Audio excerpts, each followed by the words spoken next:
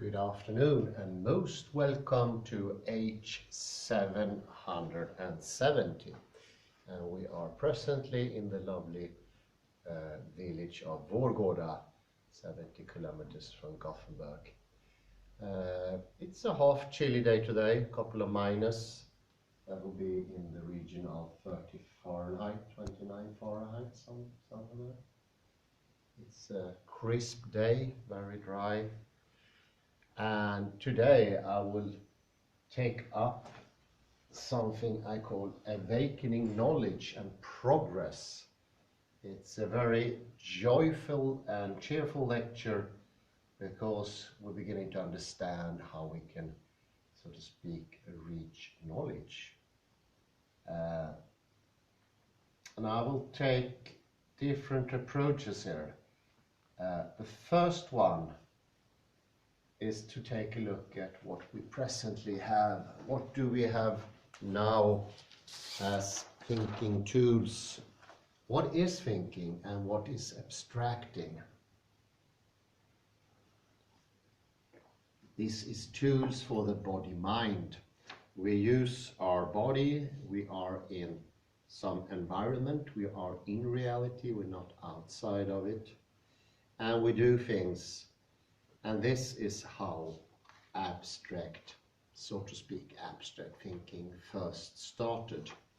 And of course, I mentioned many times before, the writings of the cave, the inside of the cave. And it could be a depiction like this. Some animals and a hunter with his spear. And as a starting point from that, we can see how something gets decontextualized, been taken out of the direct presencing in the environment. The more you think about it, the more you start to understand that maybe from the beginning, or I would say even, I'm quite certain, from the beginning the hunter was not able to do decontextualization. They were very much in the situation. They had no concept of past. They could not have a real concept of future in our sense. More animal-like, I would say, in some senses.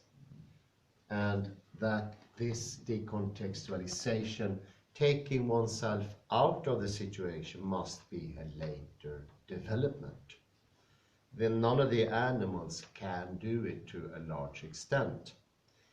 And think about it, this is one of the reasons we can do counting above 4. Because 4 is the natural, that we can do by instinct.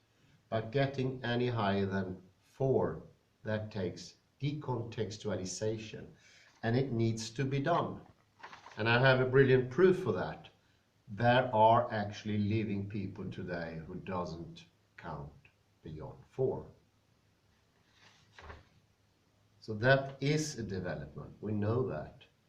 And that doesn't sound all too abstract, we would say, but it's actually an abstraction. It's a development that we humans have done with our hands. And that shows that abstraction, mind and body has a common origin. What is later separated can be seen in history to coming from the same point. Obviously, for the hunter, maybe a couple of generations before this depiction, the hunter was in the situation. And I remember many years ago, I read a book. I would try to find out what was the name of the book. I think it was the same author as 1984. I'm not 100% sure. But what he describes was Neolithic man, maybe a long time before these people. And he tries to sort of put himself in the situation of the Neolithic man, something I would say is impossible. But let me go into one of his descriptions, because I have a fitting instrument to show this, what he wrote in his book. What could be the reality for a Neolithic man? And I will also try to show why that cannot be correct.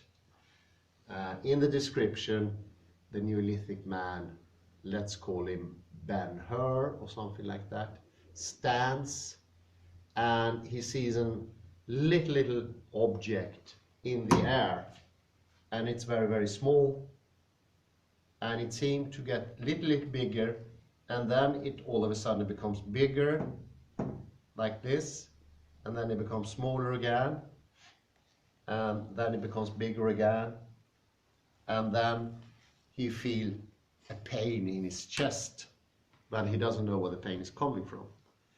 That should be a depiction of a person who doesn't have a sense of depth in his vision. I would say that cannot be correct. That's very far from reality. There can never ever be a human being or anything related to a human being that would see reality as that. Good try of the author, but when we start thinking about it, it doesn't hold sense. This is much better. Then you can understand, not to the details, but maybe in a more primitive environment, man was not available. It was not available for him to be outside the situation in any part. That wasn't really a possibility before that. But I would not say that anybody has seen this as just a point in the sky, not realizing it was a moving object going towards the person. It doesn't make much sense. But what the author was trying to, and maybe he succeeded to some, was to give a sense that something was utterly different. I think this actually does the trick. I can imagine how it was to be sort of unconscious in that way. You're just in the situation. Everything around you is really alive, but there is no future and there is no past. There is no decontextualization, there is no recontextualization. And if there were any talking, I don't think there was any talking going on. Maybe it was growling, pointing in some way. Those things were there. But we didn't have that higher thing. It's a development. So we have more tools. We can use this cave painting and see what more can we do. Well, we can rotate also. That's an advancement. By rotating something, we can make it in different position. That's also part of decontextualization. And that rotation we can also use in other circumstances. We do it in analytical thinking. We rotate things, we look at them at different angles. For instance, I say something and then I think to myself, let me look at that at some different angle. And that's a change of perspective. So you have the cave painting here, it's already done, and you place yourself here, and then you place yourself here, and you actually get two different perspectives. And that could later be brought to the real situation. And you can stand and look at the herd, and you can think to yourself, maybe I was standing over there. What would I perceive? What would reality be? And maybe it's a fair bet to say that even more primitive man could not do that. Animals cannot do that. And you can see the advantage of being able to think beyond where you are. It sounds completely natural to us. Nobody will say, well, I once know a man who his name was Eric, and he could not think himself out of the situation. You never met such a person. They ceased to exist 50,000 years ago, 60,000 years ago, somewhere. You never met one, but you can actually meet one indirectly. Look at a child. A child until the age of 2, 3, it cannot take itself out of the situation. The child is constantly doing something, or it's sleeping, but it's not sitting and sort of doing the play in his head or her head. That actually happens at the age of 4 somewhere. And you can see children sitting and engaging in something, but they're not moving anymore. And that's part of the decontextualization. They take themselves out of the situation.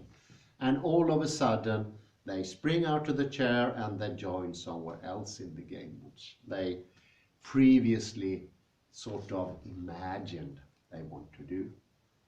So you see, this is a development. And until recently, we thought this was some sort of inborn trait, something to do with the genetics in human beings. It's not. It's something that you sort of suck up after your environment. You could say it's learned, but that's maybe taking it a bit small. Children suck up everything that's around them. And that's more than enough to progress beyond the pre-primitive man, whatever his name was. I call him Ben-Hur, but they probably didn't have a language. So this is things you can do, and you can make them more sharp, and you can make them more blunt. One is separation, and it's not exactly the same thing as decontextualization. Separation is even more advanced. That is seeing each buffalo as something separate. So first you need to do the decontextualization. The next step could be that you make separation. And that's on the path of making them a category, of course. But I don't need to mention that. Separation comes before that. So we have an etymology of these things. They developed somewhere in history, and they are knowledge, because all these things is human beings in contact with its environment and doing things that we can use today. It's not very hard to think it would be a horrible thing to be this Ben-Hur. It would be a rather crude life. You will never be able to be outside your situation, and you will be very instinctual or something like that. Crude. So this is the development of man. This is the development going around in pre-civilized society. There's another thing I think, so to speak, developed a bit later, and that's mirroring. And I think that actually takes the idea that you look into mirrors and you see yourself. But you can also look into water and you can see yourself. And that's the beginning of understanding that you can see yourself. And that is not something natural. It's not all primitive people that even today has this possibility. It's not something inborn. And mirroring, of course, makes it possible for me to lift myself out of the situation. You see here I can take different perspective. With mirroring, I can go a step further. I don't no longer have to think I'm an embodied person here. I can think I'm just a perspective, the mirror effect. And the mirror does its own walking. And I would say that's yet another elevation of the concept, or the functioning, or the doing, I would say, in action. Mirroring, of course, has its possible downfalls. It could lead to misery, because I would say mirroring maybe was one of those effects that later the pre-Socratic used to dig themselves into that pit. I wouldn't say it was the reason, but it was actually helpful that you became somewhere in this process disembodied. Disembodiment is a very practical thing, very good thing, has a good function, but it could be dangerous too. And as you see here, not the caveman would never be able to get stuck in his own cave. So I think that was a good one. That happened later with the development of mirrors. Could have happened earlier with just mirroring into water, but obviously what Plato and Socrates were thinking of was completely disembodied mind, and that takes mirroring, because what you see in the mirror, it's not body, it's just a vision. It's not even that, it's sort of a bland vision.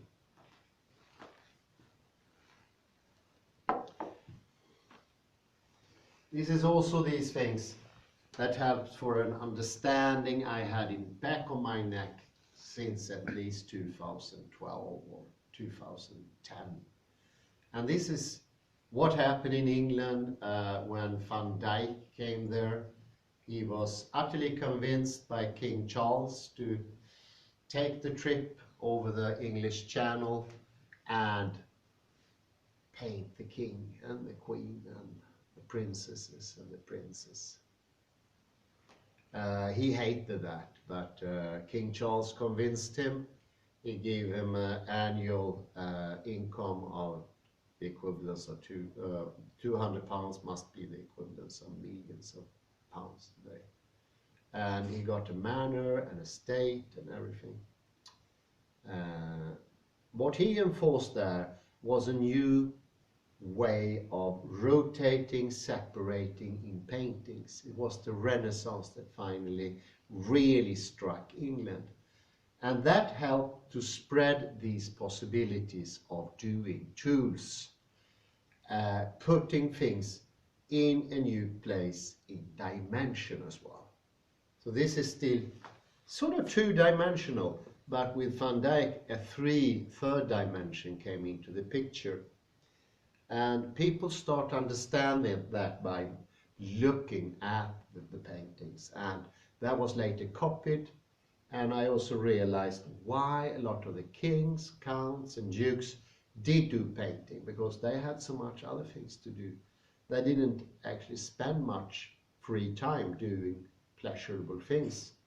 Painting was really good because all this separation, rotation, and shifting, and something I call reflection, reversal, which is really important if you're going to structure something, like a building or a ship. Those things did spark an intense progression in England.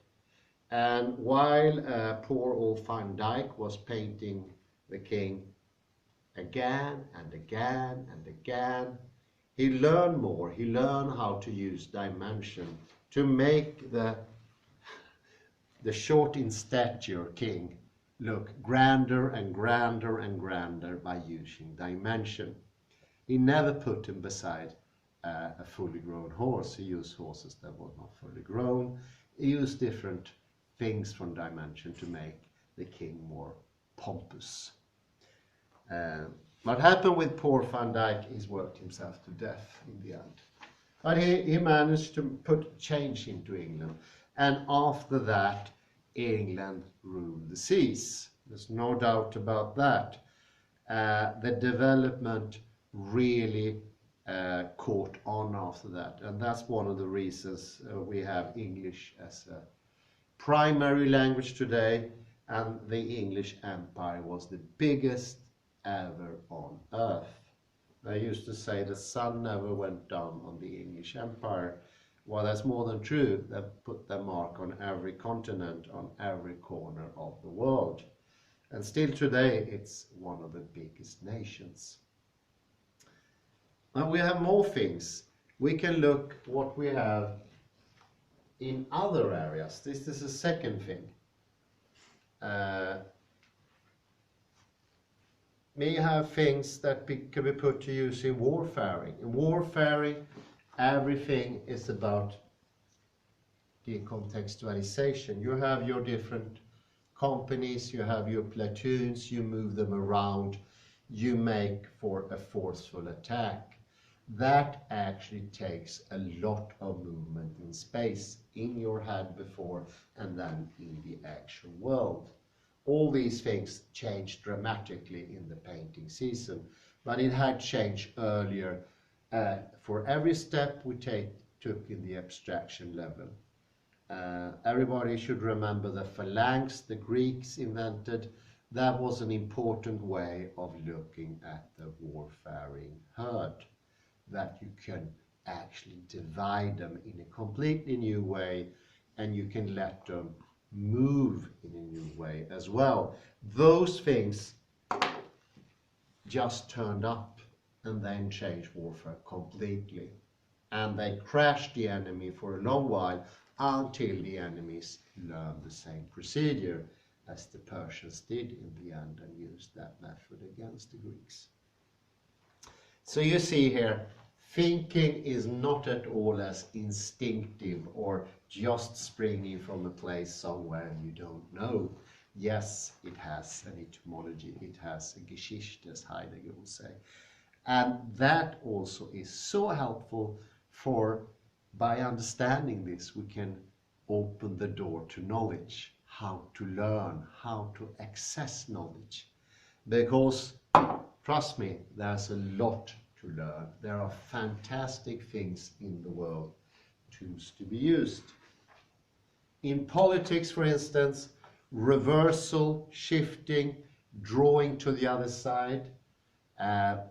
Somewhere in the medieval times, something that was mentioned in Il Principe is the reversal of negative and positive space. If you do that, you will be very hard to beat in politics. And that was a device that was previously unknown. So you see, they have dates, all of them. Thinking is doing things, and it starts with the hand. The hand is never left out of the picture, because the hand is constantly involved in that, because either we actually move our hands for do our thinkings, or we keep them still. But as Tversky showed, when we are using our hands, well, nobody knows that we're trying really hard to understand a difficult problem. That could be politics, navigation, geography, architecture. We need our hands, and then we will use them, because we measure up, we move things, we make parallel, we make things converge, we make things go from side to side, diverge. And this is thinking, and it has many tools, and not all cultures use the same tools. Some are larger toolbox, and for some reason, and I won't mention that more, like a biphrase, it's in the Western world, some of these helpful tools became problematic and put a stop to some of the advances, I would say.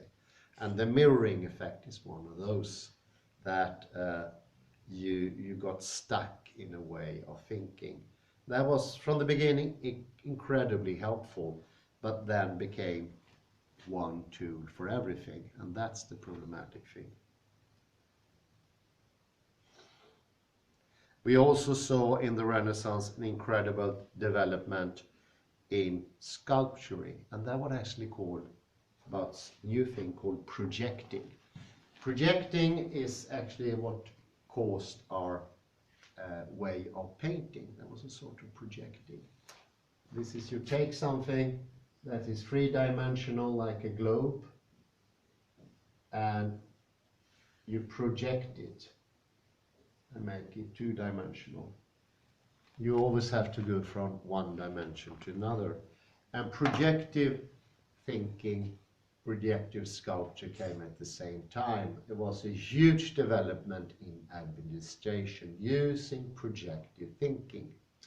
This is actually something that was copied in computer science something like 30-35 years that our friend Henrik Gustafsson is using in his work. It's a sort of projective. It's called objektsorienterad programming, and it was a huge development when it happened.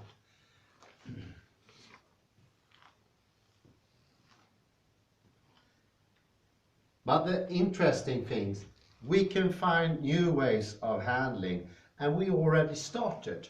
Because we started with the Necker cube, then we have the Möbius strip, and then we have the Klein bottle. And especially the Klein bottle is incredibly helpful. When you take that into the workings of your own body, and as Rappaport does, he uses it when he speaks in science and in sociology. It becomes a very powerful tool to do things you cannot do in 3 dimensions. And that advancement is slowly coming now, and it's just incredible. All of a sudden you can make things that were impossible before. The 3-dimensional thinking, which is an advancement, it came maybe 500-600 years ago. Descartes was one of those. Leibniz made it more accurate, and Newton did the same thing. That was a development. But with the Klein bottle, we get one extra dimension. And we get a tool that's incredibly effective. Incredibly effective. It doesn't seem to have any stop to it. So you see, there is, well, I'm looking at the history, and so is Tversky, but I see we can look to the future. And the Klein bottle definitely belongs to the future, because that is going to be the next renaissance, I would think. Topology is one of those areas we can further our knowledge. We can get tools that are much more effective and doing unknown things. They are actually miraculous. I have to mention some other things here. Cardinality and ordinality. Those are 2 things that came rather early in Western history. It came in early Middle Ages. And that is 2 different ways of sequencing. The first way is to do with measure. Something gets higher and higher. We get this Lakoffian metaphor. We use height to understand quantity. And that's the area of the ordinary numbers. But then you have cardinal numbers, and they speak a truth about order. So you see here, this could not the Neolithic man do. He could not put the cattle or the buffaloes into order. Possibly he could not even put them into quantity.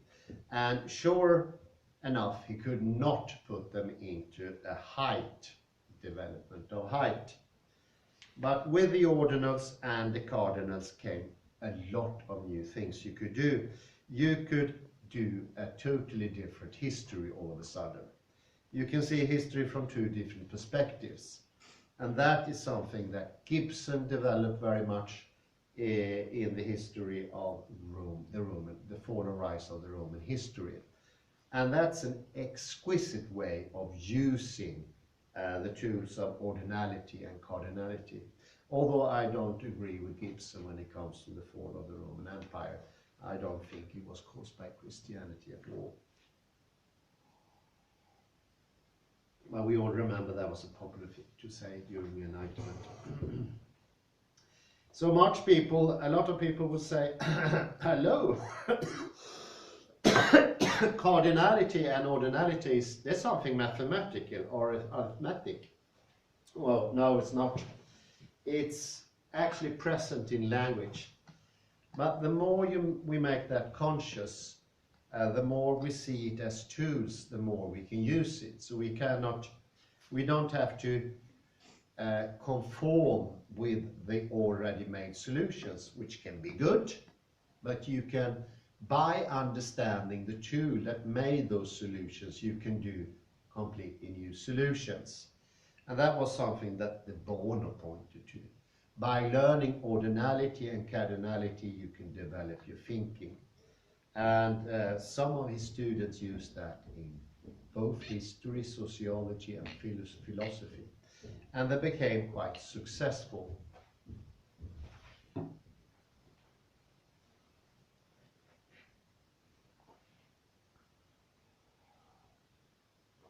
And I just have to name one thing here before I finish off. And this is this parallel interjection. This is maybe the most marvelous thing coming from the Klein bottle. And with this doing, as you could call it, you can all of a sudden reinforce the subject in everything you do. You can see it as the subject being objective. You can see the objective being subjective. And to do that, you need the Klein bottle. Cannot be done otherwise. And that's a very important thing to understand. Without the tools, this thinking would never have been possible. Thinking doesn't just pop up. And it's not only that I'm defending thinking and knowledge.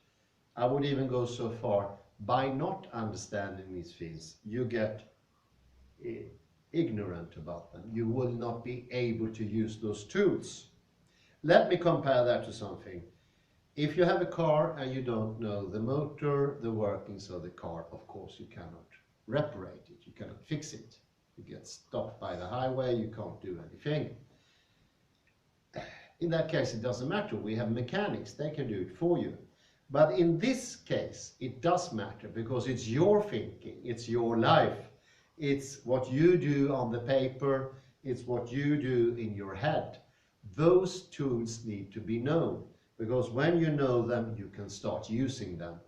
And not only in the old ways, you can use them in new ways, and maybe most important, you can use them in the way that suits you, for your own benefit.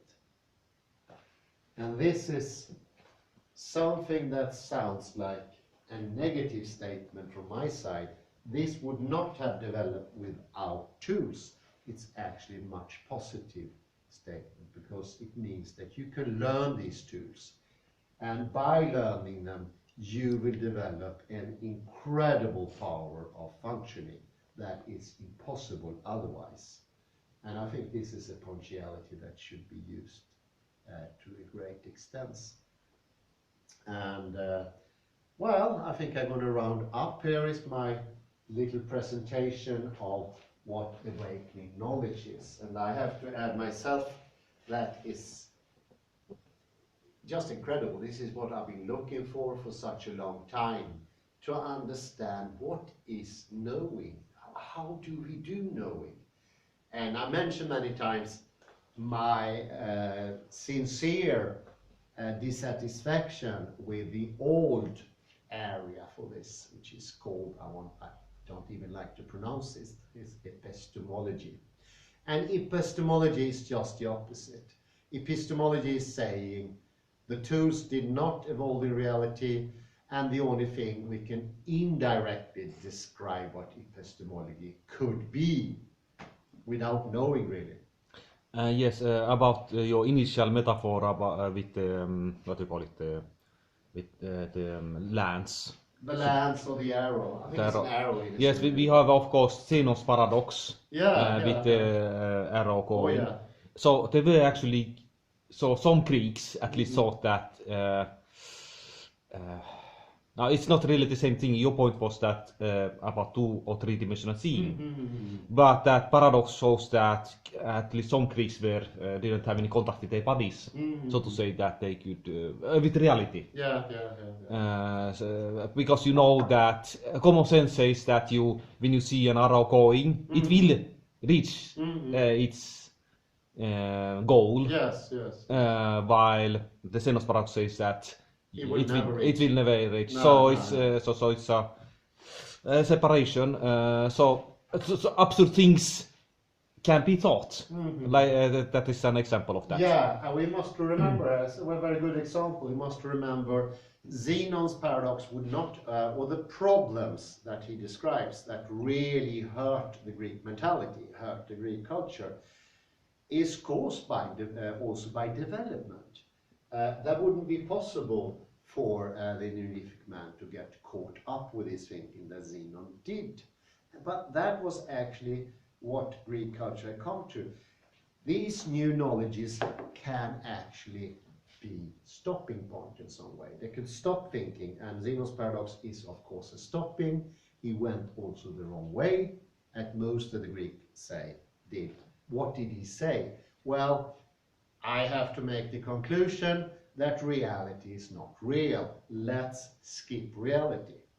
My point indirectly here is that we don't have to do that. Actually, we should do just the opposite, because we see these things coming from reality. This is a cheerful hooray for reality, because all the tools we're using are coming from the material world, from our hands. And if poor old Zenon would have understood that, he wouldn't have ended these problems. But for him to understand it, that takes another tool. Do not ever think that Zenon could have sat down like this and had a cup of tea or a glass of wine, that probably had in his time, and look at the sunset and suddenly realize I was wrong. That's absolutely impossible, because you need tools from the real world to get further. And let me just give me a demonstration here how erroneous our thinking, what erroneous strands our thinking got into. This book, I love it. It's a bit dated. It's like 30 years old. And if you look in a book like this, you will see not politically correct things to say, which is good in a way, because then you can understand what we still think. This is actually from 1995. It says here, all perfected writing systems. That is, systems of graphic symbols that can be used to express all thoughts. They make a separation between the graphic symbols and the thoughts. That's the separation. And here it also says that Swedish spelling, it's a Swedish book, Swedish spelling expresses the pronunciation of Swedish more effective and more exact than, for instance, the Chinese way of writing. Listen to that. Nobody would write that anymore, but I think they would still think it. Most effective phonetically viewed is actually the Finnish writing, the book. Yeah, absolutely correct. While Chinese and Japanese writing has serious phonetical defaults or problems. And this is extraordinary. There's so many misunderstandings in this book, but this is how we've been thinking until recently. And although you can't write those things anymore, it sounds prejudiced, and it doesn't matter. We still think those things. We still think that to make something as the author think from a Western perspective, phonetic is the most brilliant way. And this is the hen and the egg. What sort of development have we made in the West? We've gone to more and more phonetical writing. Maybe one of the latest examples is maybe the writing of Turkish, where they skipped the old one, going from the right to the left, lacking vowels, and they put in vowels, and they made it more correct. Even Mao Zedong, the Chinese ex-leader, want to take out all Chinese writing and use the Latinized writing. And of course this goes against the grain, Because if you take away the tools, you take away thinking. Thinking doesn't come from nowhere. And this is the result we've seen in the West, for instance. Dyslexia is 5 times more common in the West than in China. And there are other instances as well. Well, I think I should round up there. Thank you very much.